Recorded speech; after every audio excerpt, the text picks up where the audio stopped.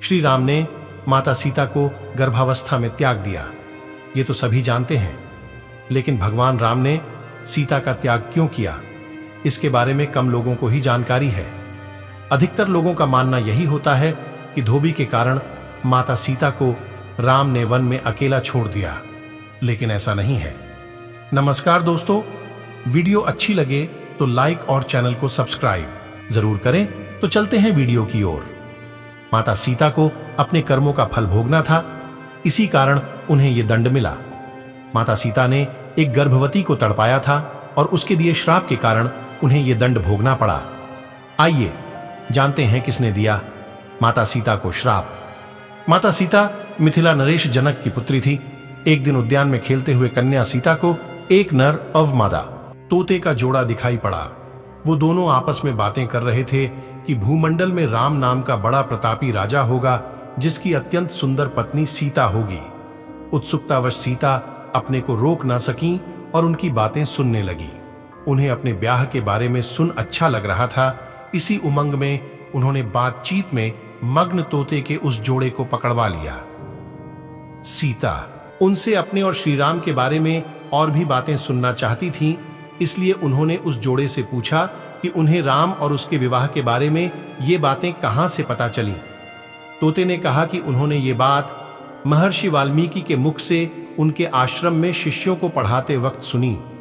इस पर सीता ने कहा कि तुम जनक की जिस पुत्री के बारे में बात कर रहे हो वो मैं ही हूं। तुम्हारी बातें मुझे रोमांचित कर रही हैं, इसलिए अब मैं तुम्हें तब छोड़ूंगी जब मेरा विवाह श्री राम से हो जाएगा। तोते ने याचना करते हुए कहा कि हे देवी, हम पक्षी हैं जिसे घर में सुख नहीं मिल सकता है। हमारा काम ही आसमां में विचरण करना है। सीता ने नर तोते को आजाद कर दिया और कहा कि ठीक है, तुम सुखपूर्वक विचरो, परंतु तुम्हारी पत्नी को मैं तब छोड़ेंगी जब मुझे राम प्राप्त हो जाएंगे। नर तोते ने फिर गिड़गिड़ाते हुए कहा, हे सीते, मेरी यह पत्नी गर्भ से है, मैं इसका वियोग सह नहीं पाऊंगा। कन्या सीता ने फिर भी मादा तोते को नहीं छोड़ा। इस पर क्रोध में आकर मादा तोते ने सीता को श्राप दिया कि जैसे तू मेरी गर्भावस्था में मेरे पति से मुझे दूर कर रही है, उसी प्रकार तुझे भी अपनी गर्भावस्था में अपने राम का वियोग सहना पड़ेगा। इतना कहते ही मादा तोते ने प्राण त्याग दिया। कुछ समय बाद उसके वियोग में व्यथित नर तोते ने भी अपने प्राण त्याग दिए। जब माता सीता राम से विवाह के बाद गर्भवती हुईं तो उन्हें इस श्राप का दंड भोगना पड़ा और इसी कारण गर्भावस्था में भगवान राम ने उन्हें त्याग दिया। नमस्कार दोस्तों, एक और कहानी के साथ आपका स्वागत है। तो दोस्तों, यह कहानी खत्म होने के बाद मैं एक और रोचक भरी कहानी सुनाएंगे। वीडियो को लास्ट तक देखते रहना दोस्तों।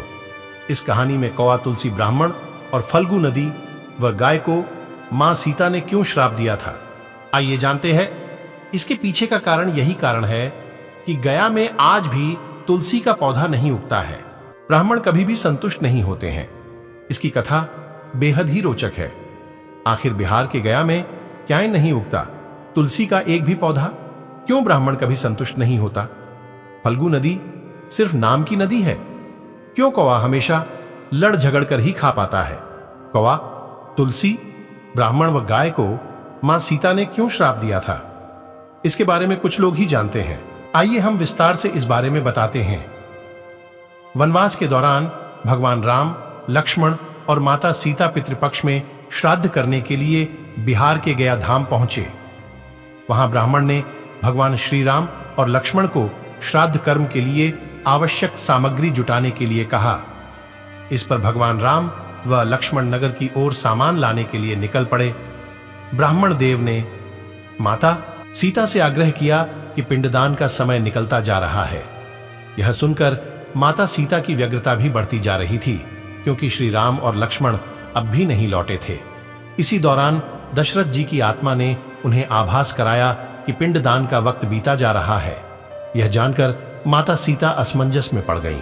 तब माता सीता ने समय के महत्व को समझते हुए यह निर्णय लिया कि वह स्वयं अपने ससुर राजा दशरथ का पिंडदान करेंगी। उन्होंने फल्गु नदी के साथ साथ वटवृक्ष, कौवा, तुलसी, ब्राह्मण व गाय को साक्षी मानकर स्वर्गीय राजा दशरथ का पिंडदान विधि विधान के साथ किया। इस क्रिया के उपरांत जैसे ही उन्होंने हाथ जोड़कर प्रार्थना की तो राजा दशरथ ने माता सीता का पिंड दान स्वीकार कर लिया। माता सीता इस बात से प्रफुल्लित हुई कि उनकी पूजा दशरथ जी ने स्वीकार कर ली है। इसके बाद उनके मन में संशय भी हुआ कि प्रभु राम इस बात को नहीं मानेंगे, क्योंकि पिंड दान पुत्र के बिना नहीं हो सकता है। थोड़ी देर बाद भगवान राम और लक्ष्मण सामग्री लेकर आए और पिंड दान के विषय में पूछा। तब माता सीता ने कहा कि समय निकल जाने के कारण उन्होंने स्वयं पिंडदान कर दिया। प्रभु राम को इस बात का विश्वास नहीं हो रहा था कि बिना पुत्र और बिना सामग्री के पिंडदान कैसे संपन्न और स्वीकार हो सकता है।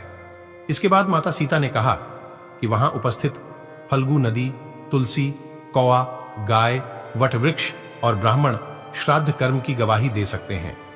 भगवान राम ने जब इन सबसे पिंडदान किए जाने की बात सच है या नहीं पूछा, तब फल्गु नदी, गाय, कौआ, तुलसी और ब्राह्मण पांचों ने प्रभु राम का क्रोध देखकर झूठ बोल दिया कि माता सीता ने कोई पिंडदान नहीं किया है।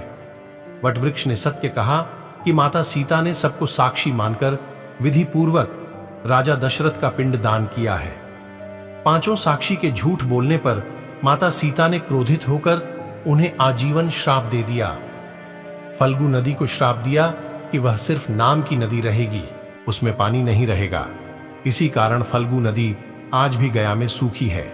गाय को श्राप दिया कि गाय पूजनीय होकर भी सिर्फ उसके पिछले हिस्से की पूजा की जाएगी और गाय को खाने के लिए दर बदर भटकना पड़ेगा। आज भी हिंदू धर्म में गाय के सिर्फ पिछले हिस्से की पूजा की जाती है।